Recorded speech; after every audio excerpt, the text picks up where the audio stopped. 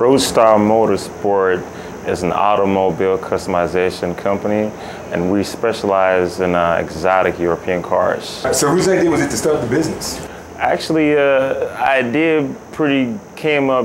Well, it was a collabo, from friends and people always commenting about how nice the cars we drove. Now, son, I understand you left a very good paying job to do this. Yeah. What were you thinking?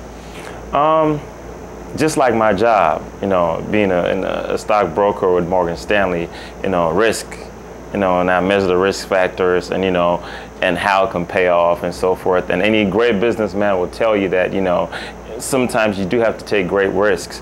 And sometimes a lot of these great risks comes with rewards. I figured I can't really go wrong. You went to the SBA and asked for 100 grand. What did they tell you? That was a pretty interesting act.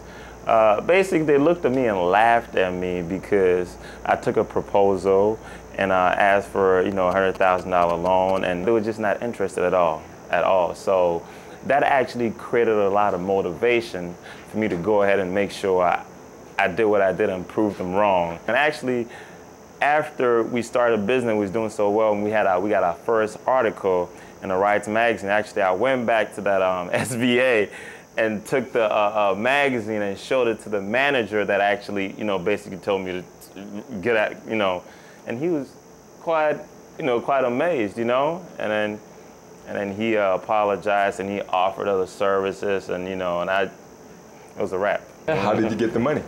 A lot of money came from money that I had saved up and money that I had accumulated as I worked at Morgan Stanley, and also with a little bit of family support. Hussein, what do you do?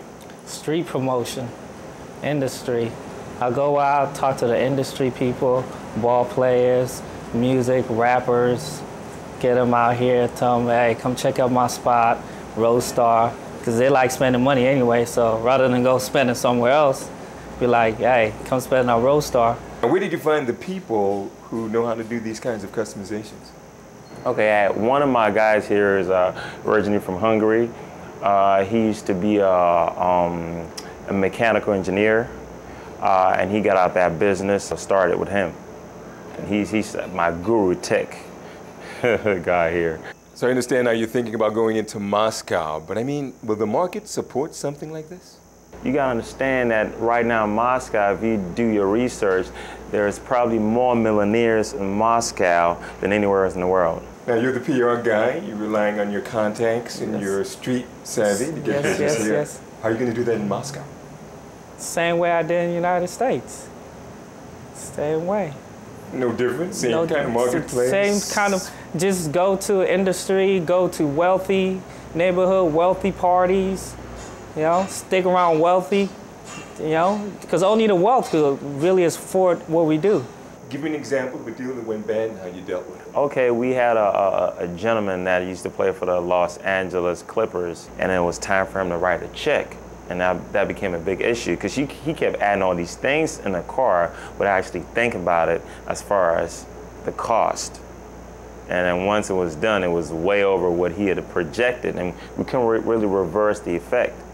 So what did you do? We just had to swallow majority of the cost.